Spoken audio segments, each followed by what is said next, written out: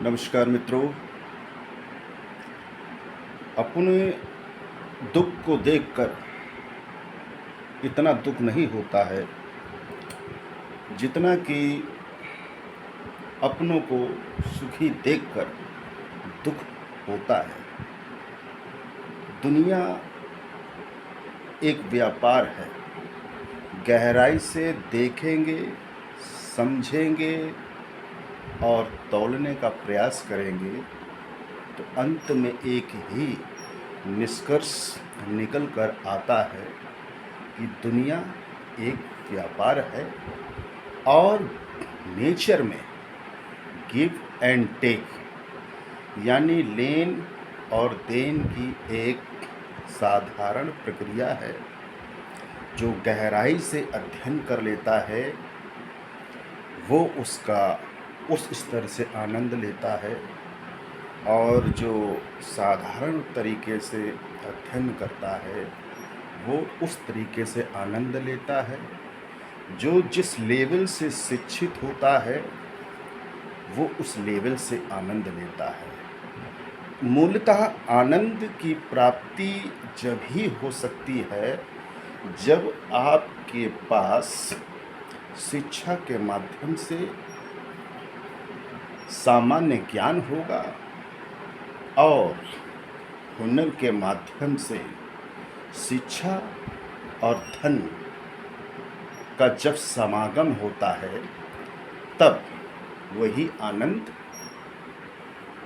पूर्ण रूपेण तो नहीं किंतु आंशिक स्तर पर आनंद का स्रोत बन जाता है। जब से ये दुनिया बनी है इस संसार के अंदर मनुष्य जाति को छोड़कर बाकी जितने भी लोग अपना जीवन यापन करते हैं वो भोजन चक्र के अनुसार करते हैं और अपनी जनजाति को बढ़ाने के लिए मौसम के हिसाब से ज़रूरत होने पर ही आनंद की प्राप्ति के लिए योजनाबद्ध तरीके से प्रकृति के नियम के अंतर्गत कार्य करते हैं और उसी हिसाब से उनके जीवन का अंत हो जाता है। किंतु मनुष्य एक ऐसी जाति है, एक ऐसी प्रजाति है, 1000 वर्ष पूर्व में जैसा कि मेरा जहाँ तक तुलनात्मक अध्ययन करना हुआ है, मौलिक अधिकार के अंतर्गत जितना हमने सहजता से लाइब्रेरी के माध्यम से अन्य स्रोतों के माध्यम से जो संकलन किया है वो हम अपनी बात कहना चाहेंगे। मनुष्य किसी भी चीज़ को चलाने के लिए, ख़ास तौर से जो पुरुष व्यक्ति होता है, पुरुष प्रधान होता है, वो किसी चीज़ पर या किसी संस्था पर या अपने से दुर्बल लोगों पर शासन कैसे कर सकता है, उसने तरह तरह की विधियाँ ईजाद की हैं, ईजाद करता रहा है और ईजाद करता रहेगा। ये प्रक्रिया सतत जब तक चलने वाली है जब तक ये संसार है। मिसाल के तौर पर ऐसा कोई नहीं है जो व्यापार नहीं करता है। जो सर्विस में है, सरकारी सर्विस में है, प्राइवेट सर्विस में है या बेरोजगार है, शिक्षित है, अशिक्षित है, प्रत्यक्ष और अप्रत्यक्ष रूप में वो व्यापार करता है। रही बात सत्ता पर कैसे काबिज रहा जा सकता है, ये समय है। आज से 500 वर्ष पहले किसी और का समय था और आज से 500 वर्ष बाद किसी और का समय होगा। किंतु हम अपनी एक बात कहना चाहेंगे कि सत्तासीन व्यक्ति किसी भी प्रकार से सत्ता को संभाले, किंतु उसकी सत्ता निहित के दायरे क्षेत्र परिक्षेत्र में जो भी जिस धर्म, लिंग, संप्रदाय जाति से हों, गरीब हों, अमीर हों या जो भी हों, उन्हें कैसे रोज़गार दिया जा सकता है, कैसे उनकी समस्याओं का समाधान किया जा सकता है, कैसे वो अपना जीवन यापन अच्छी तरीके से कर सकते हैं, इसका रास्ता निकालना अति आवश्यक है। बहुत सी ऐसी घटनाएं हो चुकी हैं, होती हैं और होती रहेंगी, उस पर मनुष्य जाति का कोई भी बल कार्य नहीं करता है। मिसाल के तौर पर जैसे अभी 10 दिन पहले बेशुमार बारिश हुई है और बारिश के प्रकोप के कारण बाढ़ आई है और बाढ़ में पता नहीं लाखों लोग घर से बेघर हो गए, तबाह हो गए, बर्बाद हो गए। इस पर किसी व्यक्ति विशेष या सरकार का या सामाजिक संगठन का आंशिक रूप पर सहयोग हो सकता है, किंतु पूर्ण रूप से सहयोग नहीं हो सकता है। ये डिपेंड करता है कर्म पर। कर्म प्रधान विश्व रची राखा। बहुत से लोग ये मानते होंगे कि धीरूभाई अंबानी जी कितने करोड़पति हैं, कितने अरबपति हैं और उन्होंने अपने अनंत अंबानी जी की शादी की तो शायद दुनिया में वो सबसे ज़्यादा खुश व्यक्ति होंगे। उन्होंने ऐसी ऐसी महान हस्तियों को अपने बेटी की शादी में बुलवाया और लोगों को बंदर की तरह, बंदरियों की तरह नाच नचाया। ये अप्रत्यक्ष रूप में एक शक्ति का प्रदर्शन हो सकता है। बड़े बड़े नेताओं को, बड़े बड़े अभिनेताओं को, बड़े बड़े व्यापारियों को बुलाया और किस तरीके से अपनी धन बल के माध्यम से ये जताने का प्रयास किया कि वो कितने ताकतवर हैं। किंतु उन्होंने आज से 50 वर्ष पहले बहुत बड़ा संघर्ष किया और आज की तारीख में जो एम्पायर उन्होंने खड़ा किया है वो धन बल के साथ साथ शिक्षा का भी बल है, बेतहा मेहनत का भी बल है। एक सिस्टम के द्वारा, एक संगठन के द्वारा, उनकी खुद की व्यक्तिगत कूटनीति और उनकी टीम की कूटनीति का ये नतीजा है कि आज उनके पास इतना बेशुमार पैसा है और अप्रत्यक्ष रूप में उन्होंने मदद भी की होगी। मदद करने का मतलब प्रकृति में जो भी कमाने वाला व्यक्ति बैलेंस करके चलता है, चाहे वो नेता हो, चाहे वो राजनेता हो, चाहे वो गलत व्यक्ति हो या अच्छा व्यक्ति हो, जो बैलेंसिंग करके चलता है, कुछ हद तक उसका जीवन सफल रह सकता है। मिसाल के तौर पर हम छोटा सा एग्जाम्पल देना चाहेंगे कि कोई एक कांड हुआ और किसी नेता ने हज़ारों लोगों को, किसी एक धन के लोगों को कुछ ऐसा वैसा करवा दिया जिसमें हज़ारों लोगों की हत्या हो गई हो, किंतु वो ठीक 6 महीने बाद क्या करता है, 10,000 लोगों की शादी करवा देता है या कोई ऐसा दान पुण्य करता है जिससे उसको दुआएं मिलने लगती हैं। और जब वो दुआएं मिलती हैं तो प्रकृति के अंदर बैलेंसिंग सिस्टम चल रहा होता है और उस बैलेंसिंग सिस्टम की तरह उसकी पीढ़ी को वो आशीर्वाद मिलता है। कुल मिलाकर हम ये कहना चाहेंगे कि आज के समय में जो भी सरकार के द्वारा फल बेचना हो या होटल पर किसी भी सामान को बेचना हो, तो शुरू से लेके आखिर तक की जो क्रिया और प्रक्रिया होती है उसमें हमारे हिसाब से ये बिल्कुल ठीक किया गया है।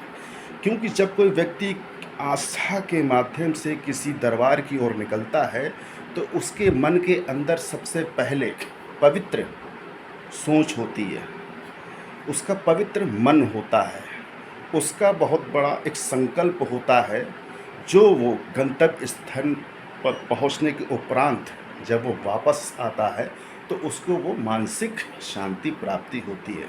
और शांति प्राप्त करने के लिए ज़रूरी नहीं है कि किसी कार्य को कठिन तरीके से किया जाए। मनुष्य जिस तरीके से भी जिस कार्य को करने से उसको शांति प्राप्त होती है, किंतु एक बात तो सत्य है कि किसी होटल में किस प्रकार का भोजन पकाया जा रहा, कौन पका रहा है, किस तरीके से पका रहा है, किन मसालों का इस्तेमाल किया जा रहा है, उसकी प्रथम प्रक्रिया क्या है, द्वितीय प्रक्रिया क्या है, और तृतीय जो आउटपुट निकला है वो कैसा है। क्या जो व्यक्ति हिंदू धर्म का है, यदि हिंदू धर्म के यहाँ से किसी सामान को खरीदता है या सेवन करता है, खाता है, तो वो शुद्ध है या अशुद्ध है, इस चीज़ का खुलापन होना चाहिए, वो किसी भी धर्म का हो। इस बात को लेकर किसी भी धर्म को या किसी जाति के अंदर मतभेद नहीं होना चाहिए।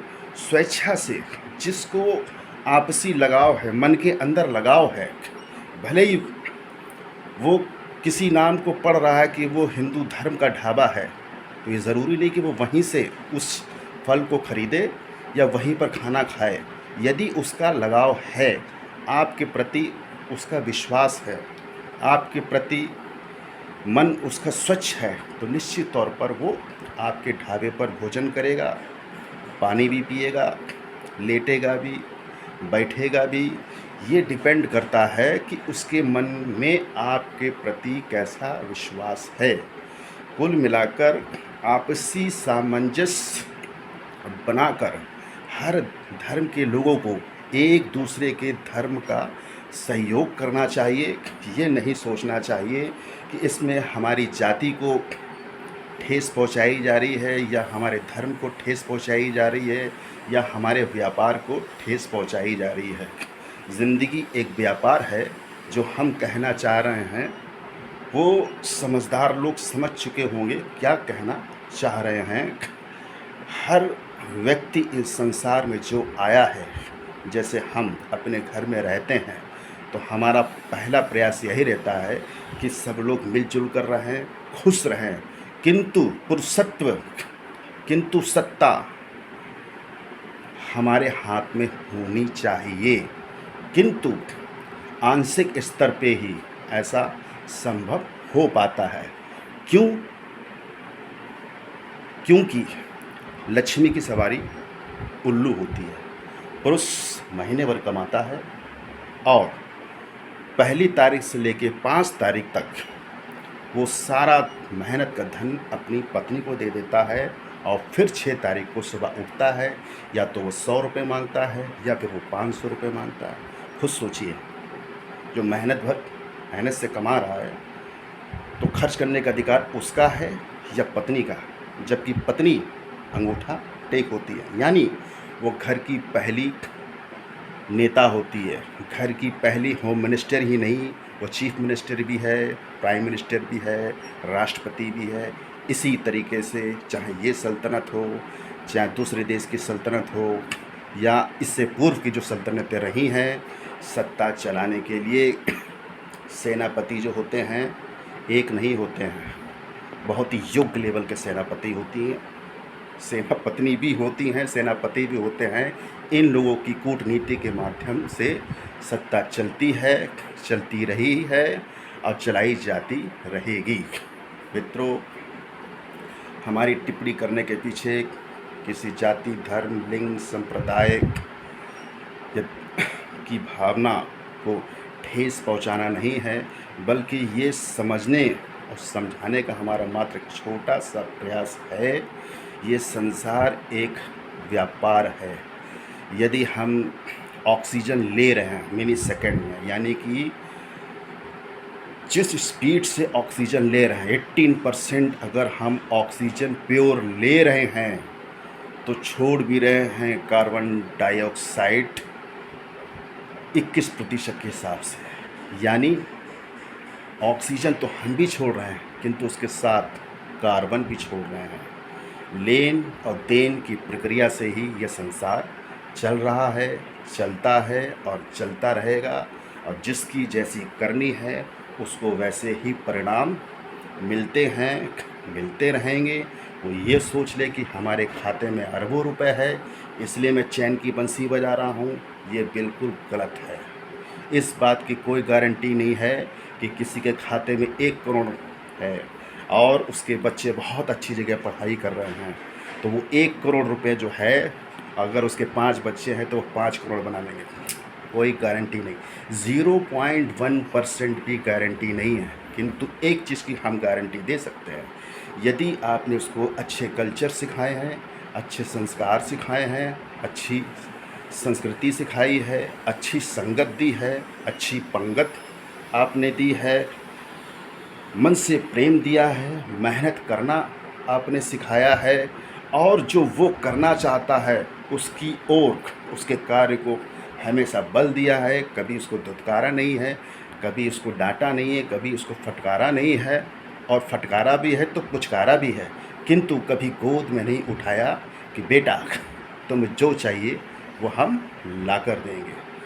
धन्यवाद मित्रों, जय हिंद। अंत में मैं फिर ये कहना चाहूँगा, ये वीडियो क्लिप के पीछे हमारा ये मकसद नहीं है कि किसी धर्म, जाति, लिंग, संप्रदाय की भावना को ठेस पहुँचे।